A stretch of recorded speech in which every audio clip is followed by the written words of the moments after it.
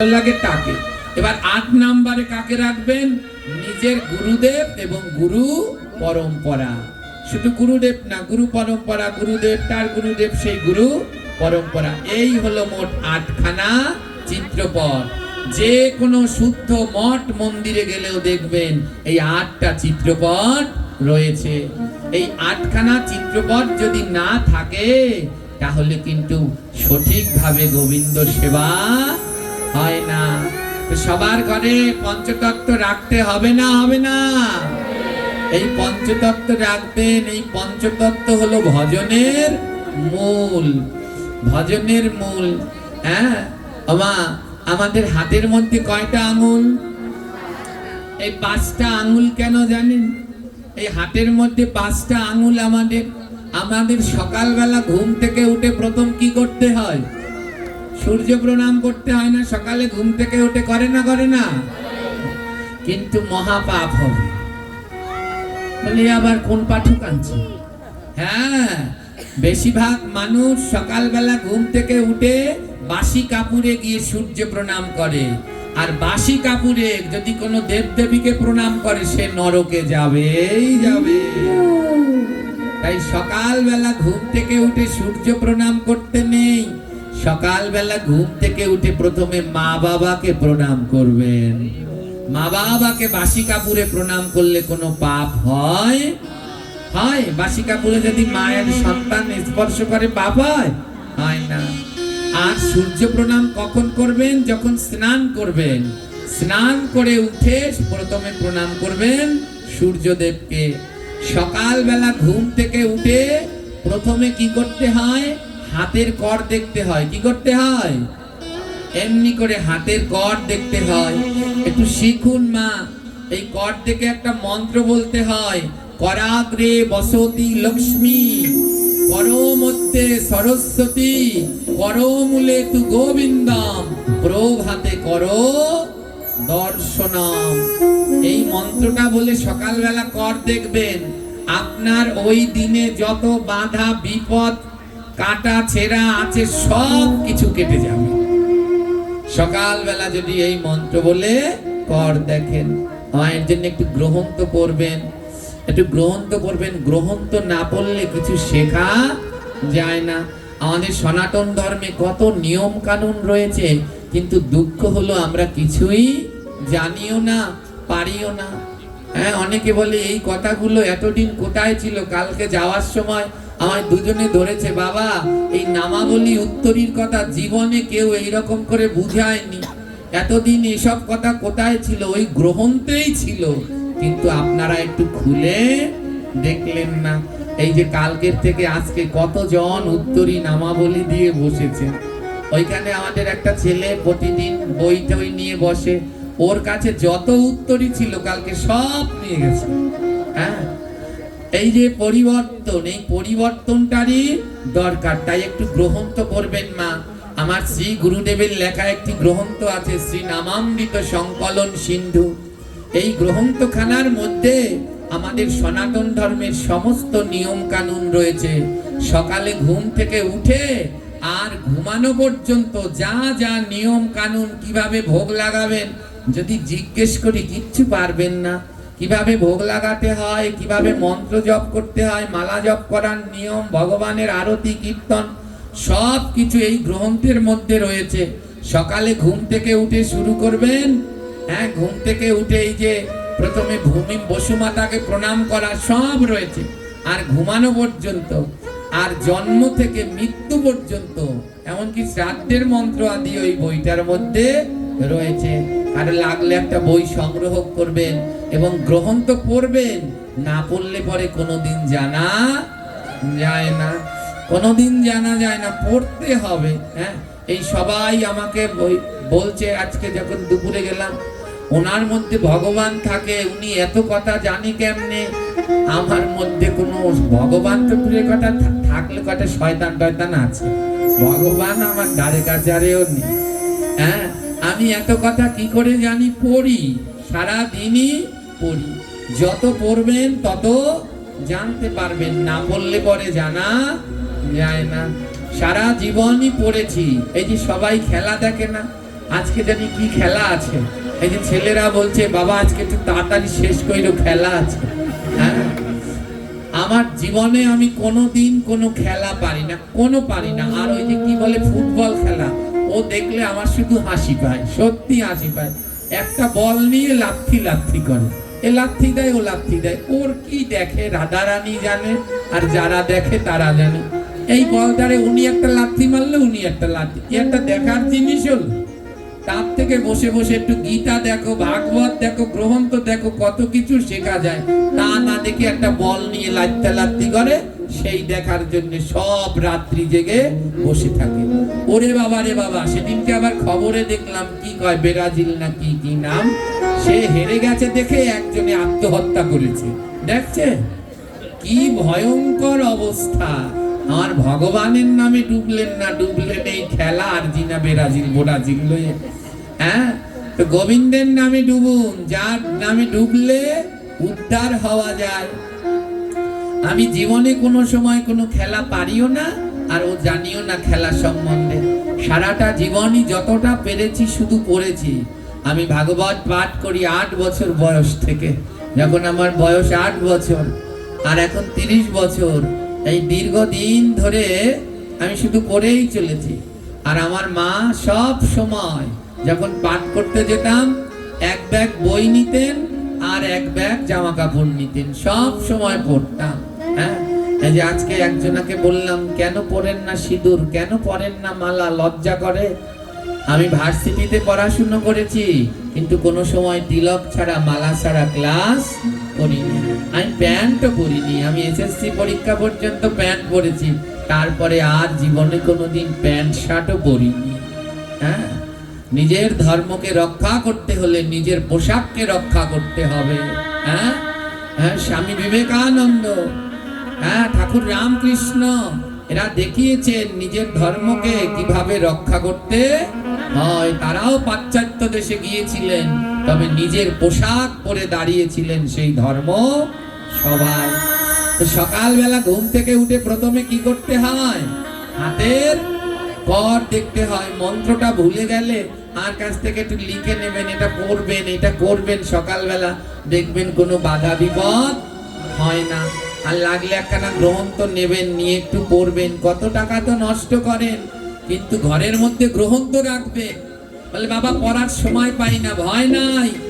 মহাপ্রভু বললেন যদি ঘরের ভিতরে গ্রন্থ কিনে কিনে জমা করেন, আপনি পড়তে পারেন না, তাহলেও আপনার লাভ আছে। বলে কি লাভ?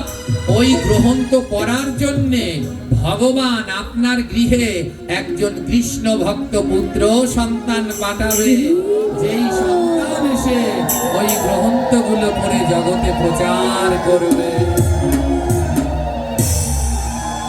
তাই ঘরের মধ্যে গ্রন্থ রাখলেও লাভ। সকালবেলা ঘুম থেকে উঠে কর দেখতে হয়। বলে এতদিন জানতাম সকালবেলা ঘুম থেকে উঠে ঠাকুর দেবতার মুখ দেখে, আর এই পাঠক বলে কর দেখতে হয়। এই যে হাত, এই হাত কোনো সাধারণ নয়। এই হাতের মধ্যে 33 কোটি দেবদেবী বাস করে। কত? এই হাতের মধ্যে কয়জন দেবদেবী বাস করে? 33 কোটি। ওমা, আপনি যদি ভুল করেন আর ভুল বুঝতে পেরে কারো কাছে গিয়ে যদি হাত জোর করে বলেন আমায় ক্ষমা করুন, করবে না? করবে না। কেন হাত জোর করে কেন? বলে 33 কোটি দেবতা নত হয়ে গেল, এবার ওকে ক্ষমা করে দাও। এই যে হাতের 5টা আঙুল, এই 5 আঙুল হলো এই পঞ্চতত্ত্ব। হ্যাঁ, এমনি হাতে 5টা আঙুল নয়। ওমা, এই পঞ্চতত্ত্বের ছবি সবার ঘরে আছে? আছে তো? না থাকলে আজই একটা পঞ্চতত্ত্বের ছবি নিয়ে যাবেন। এবার এই পঞ্চতত্ত্বের ভিতরে একজন আছে সব থেকে লম্বা, ওনার থেকে লম্বা আর কেউ নেই। আর কলিযুগে ওনার থেকে লম্বা আর কেউ হবেও না। তার নাম জানেন? তার নাম কি? হ্যাঁ, সবাই বলুন, শ্রীকৃষ্ণ চৈতন্য মহাপ্রভু। তিনি সব থেকে লম্বা না? জোরে বলেন, লম্বা না খাটো? মহাপ্রভুর মতো আর লম্বা কেউ হবে? এই কলিযুগে আর হবে না। ওমা, এই মহাপ্রভু কোন দিকে দাঁড়িয়ে আছে? ডান দিকে, বাঁ দিকে, না পঞ্চতত্ত্বের মধ্যখানে? জোরে বলুন। আমার হাতের সাথে মিলান, আমাদের হাতের মধ্যে সব থেকে লম্বা আঙ্গুলটা কোন জায়গায়? এই আঙ্গুল, এটা হলো চৈতন্য মহাপ্রভু। চৈতন্য মহাপ্রভুকে যিনি দাপর যুগে ছিলেন কৃষ্ণ, তিনি কলিযুগে চৈতন্য মহাপ্রভু। আমার তাহলে এই আঙ্গুলের মধ্যে স্বয়ং কৃষ্ণ থাকে। এবার কৃষ্ণের বাদিকে কে থাকে? যারে বলুন, রাধা রানী। কৃষ্ণের বাদিকে কে থাকে? এই আঙ্গুলের বাদিকে যিনি আছেন, এই আঙ্গুলে থাকেন রাধা রানী। রাধা মানে হলো গদাধর। রাধা রানীকে ওই পঞ্চতত্ত্বের ভিতরে যিনি গদাধর, উনি হলেন স্বয়ং রাধা রানী। তাই উনি থাকেন মহাপ্রভুর কোন দিকে? বাম দিকে থাকে। হ্যাঁ, আমরা যখন দীক্ষা মন্ত্র জপ করি না, গুরুদেবের দেয়া দীক্ষা মন্ত্র, কোন আঙ্গুল দিয়ে শুরু করে? এই আঙ্গুল দিয়ে না এই আঙ্গুল দিয়ে? তাহলে কৃষ্ণের মন্ত্র জপ করবো তো এই আঙ্গুলে, কিন্তু এই আঙ্গুলে কেন? বলে রাধাকে না ধরলে কোনোদিন কৃষ্ণ পাওয়া যায় না। তাই এই আঙ্গুলের মধ্যে বাস করেন রাধা। তাই রাধাকে ধরেই জপ শুরু করতে হয়। বুঝতে পারলেন? এবার মহাপ্রভুর বামে থাকে গদাধর, ডান দিকে কে থাকে? এই আঙ্গুলে। কীর্তন গান না? দক্ষিণে শ্রী নিত্যানন্দ, বামে গদাধর, মধ্যখানে নৃত্য করে গৌরাঙ্গ সুন্দর। তাহলে মহাপ্রভুর ডান দিকে যিনি থাকে, ইনি হলো নিত্যানন্দ। ইনি কে? এই যে মহাপ্রভুর ডান দিকে যিনি আছেন, ইনি হলেন নিত্যানন্দ। ওমা, মহাপ্রভু দাপর যুগে কে ছিলেন? ভুলে গেলেন? মহাপ্রভু দাপর যুগে কে ছিলেন? শ্রীকৃষ্ণ। আর গদাধর দাপর যুগে কে ছিলেন? রাধা রানী। আর নিত্যানন্দ কে ছিলেন? বলরাম। আর বলরাম হলেন জগৎ গুরু। বলরামকে? নিত্যানন্দ হলেন জগৎ গুরু। আমরা কীর্তনের ভিতরে গাই, কি গাই? নিত্যানন্দ জগৎ গুরু, গুরুবাঞ্ছা কল্পতরু। নিত্যানন্দ জগৎ গুরু, গুরুবাঞ্ছা কল্পতরু। সবাই বলবেন, নিত্যানন্দ জগৎ গুরু, গৌরবাঞ্ছা কল্পতরু। তালি দিয়ে বলতে হবে। পণ্ডিত গদাধর আর শ্রীবাস,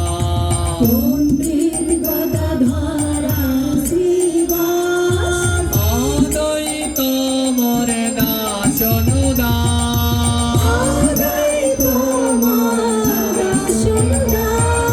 নিত্যানন্দ জগৎ গুরু, গৌরবাঞ্ছা কল্পতরু।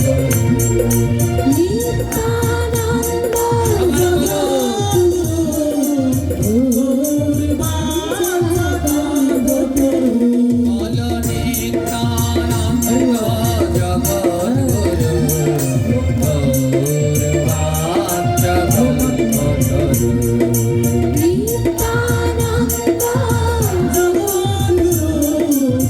গৌরবাঞ্ছা কল্পতরু। তাহলে নিত্যানন্দ কে মা? জোরে বলুন, জগৎ গুরু। আপনার গুরু, আমার গুরু, সব গুরুই হলো নিত্যানন্দের অংশ। তা গুরুর কাজ কয়টি? গুরুর কাজ হলো দুইটি। গুরুর কাজ কয়টি? এক হলো শিষ্যকে পথ দেখিয়ে দেবে, শিষ্য যেন ভুল পথে না যায়, সঠিক পথ দেখিয়ে দেওয়ার কাজ হলো গুরুর। আর দ্বিতীয়টা হলো, যদি শিষ্য ভুল করে তাহলে গুরুদেব তাকে শাসন করবেন এবং সঠিক পথে ফিরিয়ে আনবে। বুঝতে পারলেন আমার কথা? গুরুর কাজ কয়টা? জোরে বলবেন। প্রথম কাজ কি? সঠিক পথ দেখানো। আর দ্বিতীয় কাজ হলো ভুল করলে শাসন করা। ধরেন এই বাড়িটার নাম কি? হাওলাদার বাড়ি। এবার আপনি ওই রাস্তার মাথায় কাউকে জিজ্ঞেস করলেন, আমি হাওলাদার বাড়ি যাব, এবার সেই লোকটা আপনাকে দেখিয়ে দেবে। কোন আঙুল দিয়ে দেখাবে? এই আঙুল দিয়ে দেখায়? এই আঙুল দিয়ে দেখাবে? কোন আঙুল দিয়ে দেখায়? সবাই দেখান তো, সবাই দেখাবে। কোন আঙুল দিয়ে দেখাবে? কেন ওই 5টা আঙুল থাকতে এটা দিয়ে দেখায় কেন? 5টা আঙুল তো, এই আঙুলটা দিয়ে দেখায় কেন? কারণ ইনি নিতাই পথ দেখায়। এই আঙুলের মধ্যে বাস করে কে? আর গুরুর কাজ পথ দেখানো।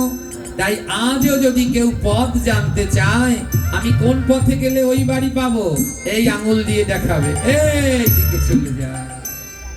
তাই নিত্যানন্দ এই আঙুলে আজও পথ দেখিয়ে দেয়। আমার কথা বুঝতে পারছেন আপনারা? মায়েরা বুঝতে পারছেন? হ্যাঁ। আর গুরুর আরেকটা কাজ কি? একটা তো পথ দেখালো, আরেকটা কাজ কি? যখন আমরা ভুল করি, আমাদের শাসন করতে কোন আঙুল উঠায়? একদম এই কাজ করবে না, এটা ভুল করেছো। তাই ইনি হলেন নিতাই। এই পঞ্চতত্ত্বের ভিতরে একজন আছে একেবারে শুকনো শাকনা ন্যাড়া মাথা, ওনার নাম কি? শ্রীবাস। কি নাম? উনি দাঁড়িয়ে থাকেন গদাধরের পাশে। কার পাশে? দেখুন আমাদের হাতের মধ্যেও একজন আছে একেবারে শুকনা শাকনা চিকন, আর এই গদাধর তার পাশে ইনি দাঁড়িয়ে আছেন। তাই এই কনিষ্ঠা আঙুলে বাস করেন শ্রীবাস। ওমা, এই 5 জনের ভিতরে আবার একজন বুড়া আছে, আছে না নাই? জোরে বলেন। একেবারে চুল দাড়ি পেকে সাদা হয়ে গেছে, এনার নাম কি? অদ্বৈত প্রভু। হ্যাঁ, শান্তিপুরের বুড়া ঠাকুর আনিল যে প্রেম প্রচুর। শান্তিপুরের বুড়া ঠাকুর আনিল যে প্রেম প্রচুর। গঙ্গা জল আর তুলসী দিয়া, গঙ্গা জলায় তুলসী দিয়া, গৌরানিল যে গঙ্গা জলায় তুলসী দিয়া, গৌরানিল যে। বলো নিত্যানন্দ জগদ্গুরু গৌরবাঞ্ছা কল্পতরু। নিত্যানন্দ জগদ্গুরু গৌরবাঞ্ছা কল্পতরু। শান্তিপুরের বুড়া ঠাকুর অদ্বৈত প্রভু। ওই 5 জনের ভিতরে আছে না একজন বুড়া? জোরে বললেন, আছে না নেই? আর আমাদের 5 আঙ্গুলের ভিতরে একজন কি বুড়া আছে না নাই? এই আঙ্গুলকে কি বলে? দেখুন, নিত্যানন্দের পাশে দাঁড়িয়ে থাকে অদ্বৈত, আর এই 5 আঙ্গুলের মধ্যে ইনি নিতাই, এনার পাশে দাঁড়িয়ে আছেন অদ্বৈত। মিলল না মেলেনি? জোরে বলেন। তাহলে হাতের 5 আঙ্গুলে বাস করে পঞ্চতত্ত্ব। এর জন্য বললেন, যাহা নেই বিশ্ব ব্রহ্মাণ্ডে তাহা আছে দেহ ভাণ্ডে। যদি সন্ধান করতে পারো তাহলে তত্ত্ব জানা গুরুর চরণ ধরো। এই বিশ্ব ব্রহ্মাণ্ডে জানাই দেহের মধ্যে আছে, কিন্তু দেহটাকেই তো চিনি না। এখন পর্যন্ত হাতের 5টা আঙ্গুলে কে কোথায় থাকে সেই আমাদের জানা হলো না। এবার মনে থাকবে? জোরে বলেন, থাকবে? এবার একটা কথা বলুন, যদি এই আঙ্গুলে কে বাস করে? জোরে বলেন। বুড়ো আঙ্গুলে কে বাস করে? বুড়ো থেকে শুরু করি, কে বাস করে? সবাই না বললে কিন্তু আমি সারা রাত্র ধরে বললাম। এই বুড়ো আঙ্গুলে কে বাস করে? অদ্বৈত প্রভু। এবারে এই তর্জনী আঙ্গুলে কে বাস করে? আরো জোরে বলুন। নিতাই। নিতাই বলতে এত কষ্ট হয়, জোরে বলুন, কে বাস করে? এই দিকের মায়েরা শুধু বলে, পিছনের দিকে বলে না, কি জ্বালার জ্বালা। জোরে বলুন মায়েরা, এই আঙুলে কে বাস করে? এবার এই আঙুল দিয়ে যদি আমি জোর করে কোনো পাপ করাই, ইচ্ছা করে না, জোর করে এই আঙুলটা দিয়ে জোর করে পাপ করাচ্ছি, পাপ হবে না? হবে না? জোরে বলেন। হবে না? হবে না? হবে, কারণ এই আঙুলে বাস করেন নিতাই। যদি এই আঙুল দিয়ে আমি পাপ করাই তাহলে অবশ্যই আমার পাপ হবে হবে। এই পাপের নাম কি? বলে এই আঙুল দিয়ে কেউ যদি জোর করে পাপ করাও, সেই পাপের নাম হলো মহাপাপ। কি পাপ? তার জন্যে পদকর্তা পদে লিখলেন, বলো তাদের গতি কি বা হবে, তাদের গতি কি বা হবে, বলো তাদের গতি কি বা হবে, তাদের গতি কি বা হবে, যারা চুন দিয়ে পান খায় তাদের গতি কি বা হবে, চুন দিয়ে পান খায় তাদের গতি কি বা হবে, যারা চুন দিয়ে পান খায় তাদের গতি কি বা হবে, চুন দিয়ে পান খায় তাদের গতি কি বা হবে। ওমা, যারা চুন দিয়ে পান খায় চুন কোন আঙুলে লাগায়, তাই এই আঙুলে কে থাকে? নিতাই থাকে না? তাই একটু পর পর যদি নিতাই রে জেব্বা দিয়ে চাটতে থাকে, তাহলে তাদের কি গতি হবে? হ্যাঁ, চুন খাওয়া স্বাস্থ্যের জন্য ভালো, জোরে বলেন ভালো। জর্দা খাওয়া ভালো, ভালো।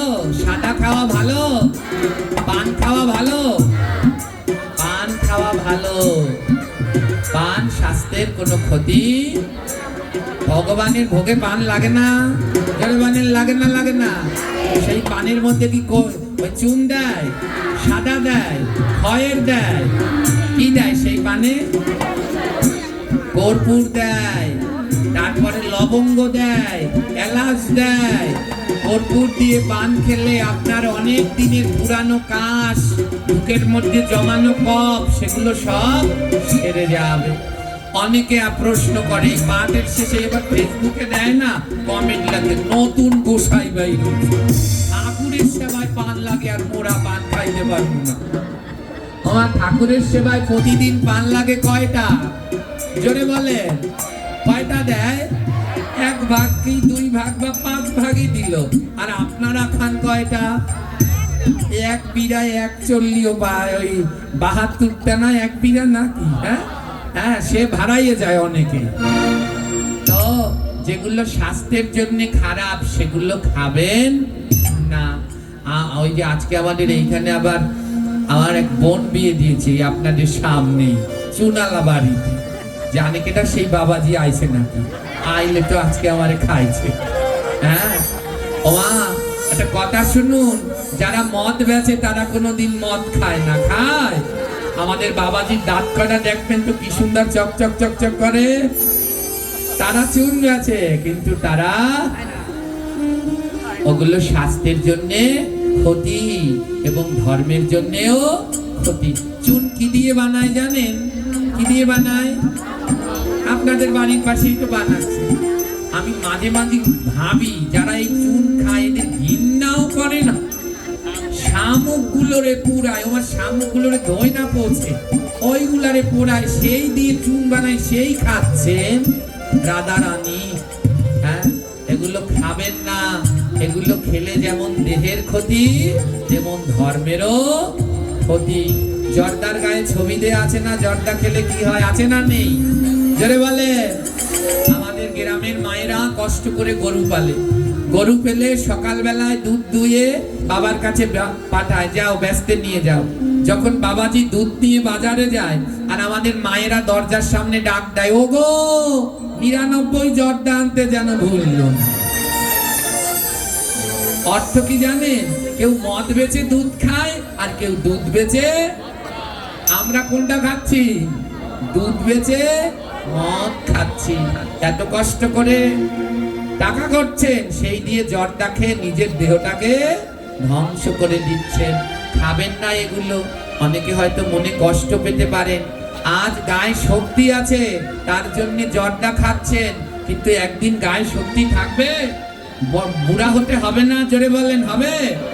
বুড়া হলে রোগ ব্যাধি ধরবে না? ধরবে না? তখন ডাক্তারের কাছে যাবেন, ডাক্তার ওষুধ লিখবে, আর ওষুধ লেখার আগে বলবে নেশা ত্যাগ করেন। ওই নেশা ত্যাগ না করলে আমি ওষুধ বাইটটা খাওয়াইলেও কোনো কাজ হবে না। হ্যাঁ, ওই জর্দা সাদা খয়ের যদি ত্যাগ না করেন, ওষুধ বেটে খেলেও কোনোদিন ওষুধে কাজ হবে না। তাই যারা এগুলো খান, এগুলো ত্যাগ করুন। তো এই আঙুলে তো নিতাই গেল, এর পরের আঙুলে কে বাস করেন? এই আঙুলে, মধ্যের আঙুলে জোরে বলুন, গৌরাঙ্গ মহাপ্রভু কে বাস করে? ও মা, এই আঙুল দিয়ে পাপ করালে তো মহাপাপ, আর এই আঙুল দিয়ে পাপ করালে কোন পাপ হবে? মহা মহা মহা পাপ। ঠিক বললাম না ভুল বললাম? জোরে বলে।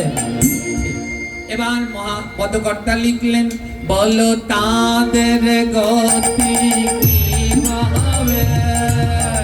তাদের গতি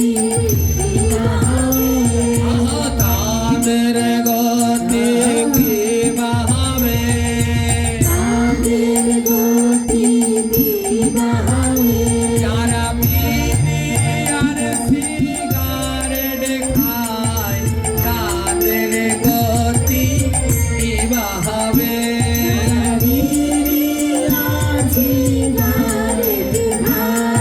বিড়ি সিগারেট খেতে কোন আগুন লাগে? যারা বিড়ি আর সিগারেট খায়, তাদের গতি কি হবে?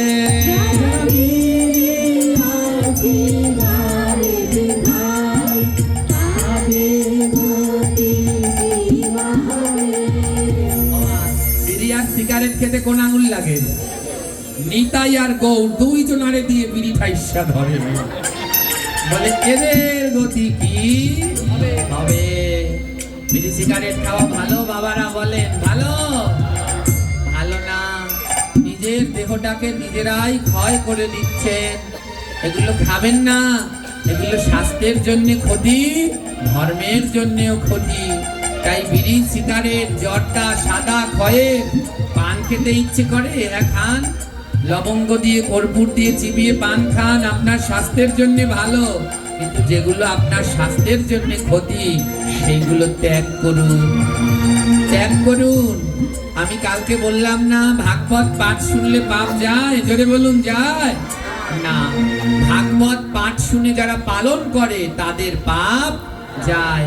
ভাগবত লিখতে হলে 4টি অক্ষর লাগে, ভ, গ, ব, ক। ভতে ভক্তি, ভক্তি না থাকলে এখানে আসা যায় না। গতে জ্ঞান, গতে কি হয়? গয়জা ফলায় আকান্ন জ্ঞান। এখানে অনেক টিচার বসে আছেন, ওই যে বাবুরা টিচার ছিলেন এক সময়, ওনারা বলছে এই বলদ আনছে কোন জায়গা দিয়ে, গতে বললে জ্ঞান হয়। জ্ঞান বানামে তো জনিয়তে আকান্ন জ্ঞান। হ্যাঁ, জনিয়তে আকান্ন জ্ঞান, গয়জা ফলায় আকান্ন জ্ঞান। দন্ত সব অসব, তালিব্য সব অসব। এক সব মানে আপনারা সবাই, আরেক সব মানে মরা দেহ। গয়জা ফলায় আকান্ন জ্ঞান, এই জ্ঞান পাওয়া যায় স্কুল কলেজে গেলে। আর এই জ্ঞান অর্জন করলে চাকরি পাওয়া যায়, টাকা পাওয়া যায়। হ্যাঁ, জনিয়তে আকান্ন জ্ঞান পাওয়া যায় স্কুল কলেজে গেলে। আর এই জ্ঞান অর্জন করলে চাকরি হবে, টাকা পয়সা হবে। আর গয়জা ফলায় আকান্ন জ্ঞান পাওয়া যায় সাধু সঙ্গে এলে। এই জ্ঞান অর্জন করলে কৃষ্ণ পাওয়া যাবে, রাধা পাওয়া যাবে, গৌর পাওয়া যাবে, নিতাই পাওয়া যাবে।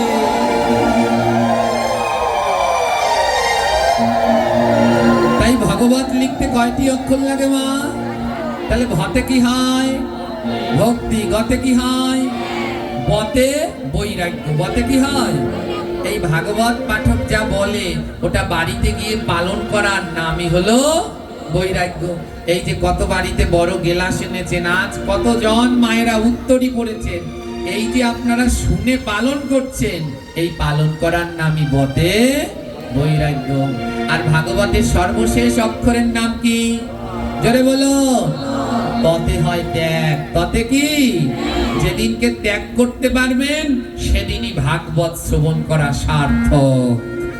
যতদিন ত্যাগ না করতে পারবেন, ততদিন সার্থকতা নেই। যেমন যারা বিড়ি সিগারেট খেতেন, জর্দা এই সাদা খয়ের খেতেন, যদি আজ ভাগবত শুনে মনের মধ্যে ইচ্ছা জাগে, না আর ওই ভস্য খাবো না, আজ এই পাটের আসরেই ত্যাগ করে দিয়ে গেলাম, আর জর্দা খাবো না, আর সাদা খাবো না, আর বিড়ি খাবো না।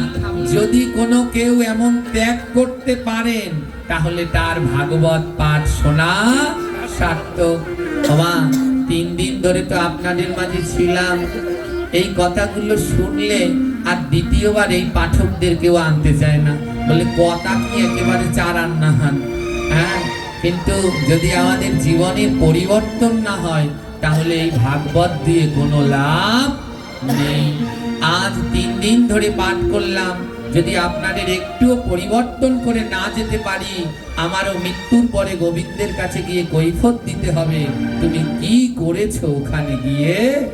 তাই আজ আমার এই কথায় আমার অনেক কষ্ট হয়, আমি বসে থাকতে পারি না টানা, কিন্তু তারপরেও প্রতিদিন পাঠ করি। কোনো পাঠকদের জানি না 12 মাস পাঠ আছে কিনা, দেখবেন আমার শিডিউলে প্রতিদিন পাঠ, কোনো বন্ধ নেই। এই রাতেই চলে যাব, আবার গাড়ি চলে আসবে, নিতে চলে যাব, খুব কষ্ট হয়। কিডনিতে সমস্যা, আমার বিভিন্ন সমস্যা আছে, কিন্তু তারপরও আপনাদের চরণ ধুলির গুণে আমি থামি না, প্রতিদিন চলি। আর নিজের মনকে বুঝাই, যদি আমার একটু কষ্ট হয় হোক, কিন্তু আমার কথা শুনে কেউ যদি পরিবর্তন হয়, আমার কথা শুনে কেউ যদি গলায় মালা পরে, আমার কথা শুনে কেউ যদি মালা জপ করে, আমার কথা শুনে যদি মাছের শ্রাদ্ধ বন্ধ হয়, আমার কথা শুনে যদি সাধে মাছ বন্ধ হয়, আমার কথা শুনে যদি অন্নপ্রাশনে মাছ বন্ধ হয়, আমার কথা শুনে কেউ যদি একাদশী করে, তাহলে মনে হবে আমার এই জীবনটা ধন্য।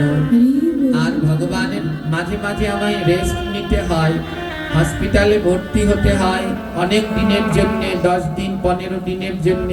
এই মা জানে যাদের কিডনিতে সমস্যা আছে তাদের কতটা কষ্ট। তখন ভর্তি হতে হয়, তখন আমার সময় কাটে না, তখন আমার মনে হয় যেন নরকে আছি। এই সাধু সঙ্গ যে কি আনন্দ, কত ভালো লাগে। কষ্ট হলেও এখানে এসে বসতে আনন্দের আর শেষ নাই।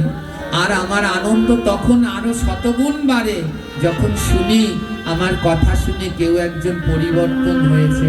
তাই আজও আমি বলবো, কেউ একজন আছেন যে বলবেন আর কোনোদিন জর্দা খাবো না বাবা, আর কোনোদিন সিগারেট খাবো না, আর কোনোদিন সাদা খাবো না। যদি কেউ একজন থাকেন তাহলে হাত তুলুন, তাহলে বুঝবো আমার ভাগবত পাঠ সার্থক। একজন মা তুলেছেন, তুলুন গোবিন্দের নামে। যারা তুলবেন জোর করে তুলে রাখুন, ভগবানের নামে জোর দিয়ে তুলুন, যে না আর ওগুলো খেয়ে আমার স্বাস্থ্যের ক্ষতি করব না, আর ওগুলো খেয়ে আমার ধর্মের ক্ষতি করব না। আজ যে যে হাত তুলবেন, যে যে হাত তুলে কথা দেবেন, আর জর্দা খাবো না, আর সাদা খাবো না, আর বিড়ি খাবো না। আমি একটা কথা আপনাদেরকে দিয়ে গেলাম, যেদিন ভব নদী পার হব সেদিন গোবিন্দের কাছে, যদি আমি তো কোনো কর্ম করিনি, তাও যদি গোবিন্দ বলে আসো নৌকা পার হতে, তাহলে আমি গোবিন্দকে বলবো, প্রভু যারা আমাকে আসরে কথা দিয়েছিল ওরা নেশা খাবে না, আগে তুমি তাদের পার করে দাও, তারপরে আমি পার। তাই আজ যারা যারা হাত তুলে বলবেন আর নেশা খাবো না, আমি তাদের কাছে রাধা মাধবের নামে আজ এই ব্যাস আসনে বসে 2 বাহু তুলে হরিধ্বনি করে যাব। কে কে আর নেশা খাবেন না হাত তুলুন উঁচু করে, আর জর্দা না, আর সাদা খাবো না। হরি বল জয়।